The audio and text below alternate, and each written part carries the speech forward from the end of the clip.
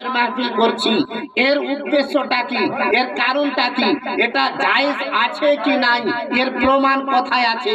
বেরাদার বন্ধুগণ, যেহেতু আমি অন্য হাদিস বলতে চাচ্ছিলাম কিন্তু বলবো না, এইটার সম্বন্ধেই একটা হাদিস বলেই আমার বক্তব্যকে সমাপ্ত করব।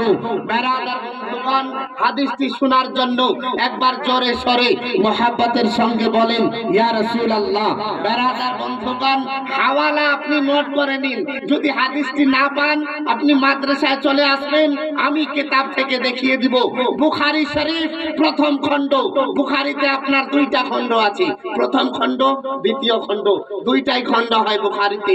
তো আপনার বুখারী শরীফ প্রথম খণ্ড পৃষ্ঠা নাম্বার 186 মধ্যে এই হাদিসটি উল্লেখ আছে, যেটা ঈসা আলাইহিস সালামের উদ্দেশ্যে আকা আলাইহিস সালাতু ওয়াস তাসলিম বলেন যে ইবনু আব্বাসিন আন্না সাআদ ইবনে উবাদা তুওয়াফিয়াত উম্মুহু ওয়া হুয়া গায়বুন আনহা ফাকাল ইয়া রাসূলুল্লাহি সাল্লাল্লাহু তাআলা আলাইহি ওয়াসাল্লাম ইন্না উম্মি তুওয়াফিয়াত ওয়া আনা গায়বুন আনহা আয়ানফাউহা শাইউন ইন তাসাদ্দাকতু বিহি আনহা ক্বালা নাআম ক্বালা ফা ইন্নী উশহিদুকা আন্না হায়াতুল মিহরাব সাদাকাতুন আলাইহা বলুন সুবহানাল্লাহ। বেরাদার বন্ধুগণ, সাআদ ইবনে উবাদা একটা লোকের নাম ছিল। ওই লোকটা বাড়িতে ছিলেন না, বাইরে ছিলেন, কাজের ক্ষেত্রে বা যে কোনো কারণে বাইরে ছিলেন। আর বাড়িতে ফেরার পরে দেখছেন উনার আম্মা জননীর ইন্তেকাল হয়ে গেছে, উনার আম্মা জননীর ইন্তেকাল হয়ে গেছে। তো চিন্তায় পড়ে গেলেন যে আমি যদি বাড়িতে থাকতাম, আমার মায়ের কাছে যদি থাকতাম, নিশ্চয়ই আমার মা কোনো ওসিয়ত করত যে বেটা আমার জন্য দান খয়রাত করবে, আমার জন্য সাদকা করবে, আমার জন্য কোরআন তেলাওয়াত করবে, আমার জন্য জিকির আজকার করবে, আমার জন্য মিলাদের আয়োজন করবে, আমার জন্য মাহফিল অনুষ্ঠিত করবে। বেরাদার বন্ধুগণ, এরকম চিন্তা করতে লাগলেন যে আমি যদি বাড়িতে থাকতাম তো আমার মা হয়তো এরকম আমাকে বলতো, কিন্তু আমার মা তো হঠাৎ ইন্তেকাল করেছে, আমি তো বাড়িতে ছিলাম না।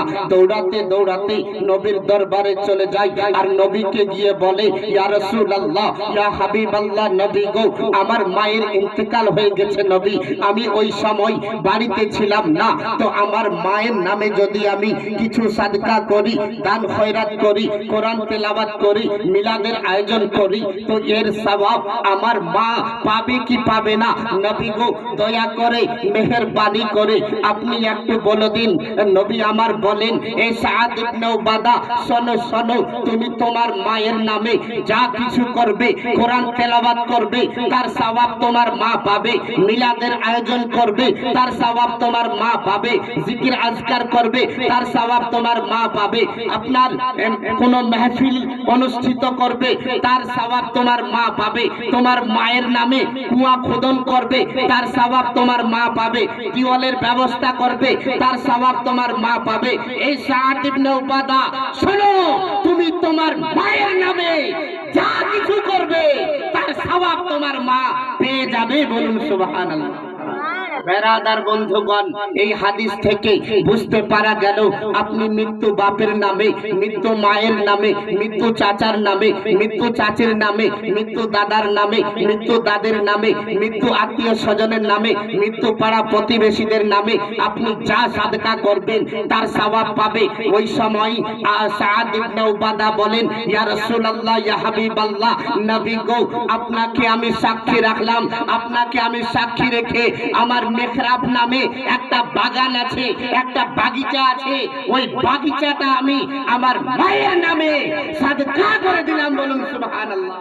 বেরাদার বন্ধুগণ, ওই সাআদ ইবনে উবাদা নিজের মায়ের নামে মেহরাব নামে একটা বাগিচা ছিল, একটা বাগান ছিল, সেই বাগানকে তার মায়ের নামে সাদকা করেছিলেন।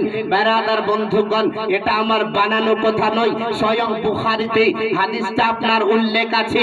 প্রথম খণ্ড 187 নাম্বার আপনার পেজ নাম্বার 187 মধ্যে এই হাদিসটা লিপিবদ্ধ।